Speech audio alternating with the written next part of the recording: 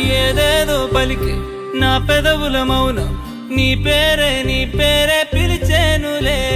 నీ పెంచితోనే అల్లాడే ప్రాణం నిన్నేలే